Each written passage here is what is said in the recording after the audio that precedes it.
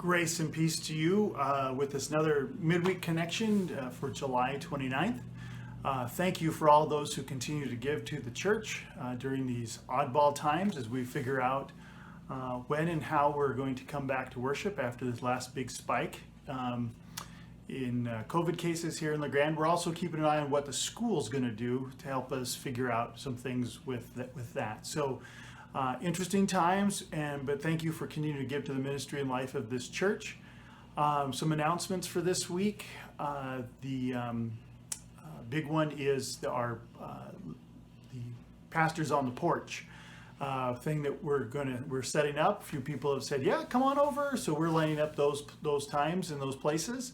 If you'd like us to come to your house, we'll bring our lawn chairs and our masks and sit out with you on your porch or your yard or whatever, and we'll pray, chat, check in, whatever you would like to do. We think it's going to be a fun time to actually see people one-on-one, but also keeping our social distance and keeping people safe. If you saw last Sunday's worship, there was an announcement about a group spiritual direction thing that Laura is doing, event.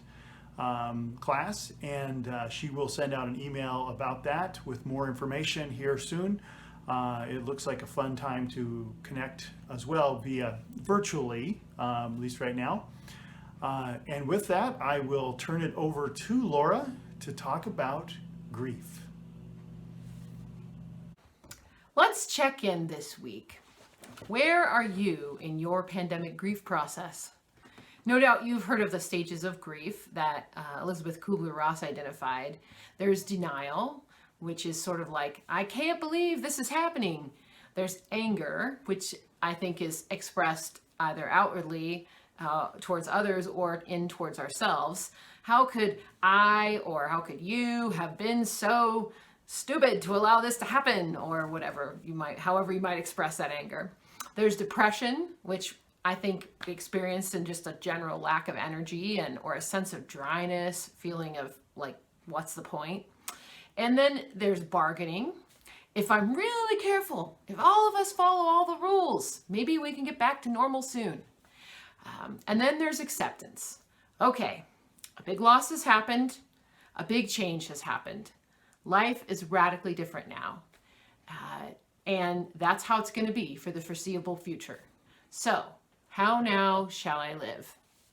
And that question leads to what has been identified as a sixth stage of grief by David Kessler, finding meaning.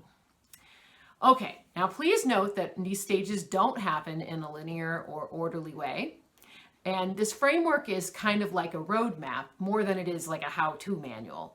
It helps us know the trajectory that we can allow ourselves to go on in the journey of grief. And that word allow, I use really intentionally because allowing grief to happen in us and through us is really important. Oftentimes we suppress grief rather than allowing ourselves to experience it. And doing that, we try to get over it quickly and we shortcut the process, but that actually lengthens how grief affects us, the suffering that it can cause. So the first thing is we need to be clear that we really have been going through a collective grieving process. And most of us have not ever had to reckon with grief in such a collective way. Since March, when coronavirus became kind of a fact of our existence that we had to reckon with, we've lost normalcy, we've lost basic certainties we used to rely on, we've lost plans we had made for how we were going to spend these months, and we've lost people from our lives, from our country, and from the world. And we are now also dealing with anticipatory grief all the time. That's the fear of what loss we might have still to come.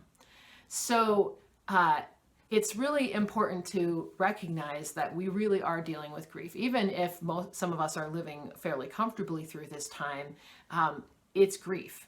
And the sooner we face and acknowledge the pain of loss in our lives, the sooner we can open up to the acceptance and meaning. Now, I say all of this, I'm a pastor and a spiritual director, not a psychologist, and my job is to help us make meaning of the things happening to us, to help us perceive where God is with us in all of this, and see how Jesus' story is a resource for us to help us imagine how we can follow him now in these conditions. So today, let's notice that the story of the disciples following Jesus has a lot of parallels with this process as they follow him through crucifixion, death and resurrection, and the ascension, and then they live out the life of the community of faith. You can see these stories in the Gospels and in the book of Acts, and looking at those stories can help us map our struggles in these stages alongside theirs, as the disciples moved from this can't be happening to how now shall we live. Well, in the middle of last week, I had my first taste of acceptance. And I felt like, okay, we're not going back to normal in the fall as I had hoped when the pandemic began, arranging everything. Like it or not, church connections will be happening mostly online into the foreseeable future as we work together to beat this virus. This is happening, and it's not going away. And it will leave an indelible mark on the ways human beings relate to each other. So, the next phase is making new meaning in this new reality. Now, I can't rush myself into that phase any more than I could rush myself through the others. And I'm aware that the other phases will continue in me and my process as the pandemic continues. But the grace of acceptance is that I can begin to look forward just a little bit with my energy, even though I know that conditions are going to keep changing. I've been on the road long enough now to know that we will also find a way together to navigate through those changes. And I accept that it will be uncomfortable to keep adapting, but I also trust that God will provide what comfort we need in abundance. My job and yours is to stay alert on this journey to the ways that the Holy Spirit is always already at work, making the way for us, one step at a time. So where are you in relation to all these stages? If you'd like to give me a call or send me a note letting me know where you feel like you are, I would love to hear about it.